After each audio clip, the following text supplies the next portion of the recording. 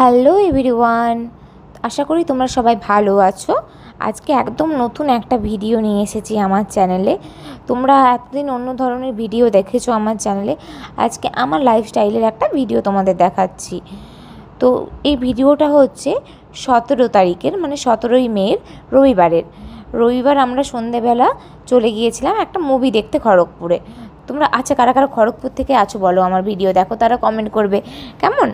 আর তোমরা বাকিরা কারা কোথা থেকে দেখছো তারাও কিন্তু কমেন্ট করতে ভুলো না। তো হ্যাঁ, আমরা যে মুভিটা দেখতে গিয়েছিলাম সেটা হলো সপ্তর্ষিনীর গুপ্তধন। তো প্রথমেই গেলাম আমরা 7:25 নাগাদ, মুভি ছিল 20 নাগাদ ঢুকেছিলাম। তো দেখলাম তখনও হলে ঢোকানো শুরু হয়নি। তারপর সবাই আস্তে আস্তে হলে ঢুকলো এবং টাইম মতো মুভি শুরু হয়ে গেল।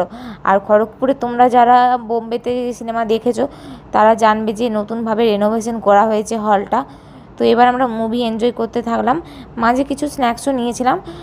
আমার খুব বেশি কিছু ভালো লাগে না মুভি হলে, ওই মোটামুটি পপকর্নই ঠিক আছে, পপকর্ন, কফি। আর হ্যাঁ, আরেকটা জিনিস ভালো লাগে, বোম্বে সিনেপ্লেক্সের ম্যাফিন্সটা। তোমরা কারা কারা খেয়েছো জানাতে ভুলবে না কিন্তু। তো এই যে দেখতে পাচ্ছ তোমরা অনেকেই নিশ্চয়ই এই মুভিটা দেখে নিয়েছো অলরেডি। খুব খুব ভালো লেগেছে। অনেকের হয়তো মনে হবে খুবই সাধারণ, তবে মাঝে মধ্যে না এরকম সাধারণ সিম্পল মুভি দেখতেও ভালো লাগে, কি তাই না বলো? তো তারপর মুভি শেষের পরে আমরা আবার বেরিয়ে গেলাম। আর বেরোনোর সময় দেখলাম রাস্তায় প্রচণ্ড ভিড় হয়ে গেছে। তো যেটা বললাম, মাতা পুজো চলছিল খড়গপুরে, ওখানে অনেক সাউথ ইন্ডিয়ান আছে আর বিভিন্ন মানে বিভিন্ন ল্যাঙ্গুয়েজ, বিভিন্ন স্টেটের মানুষজন আছে।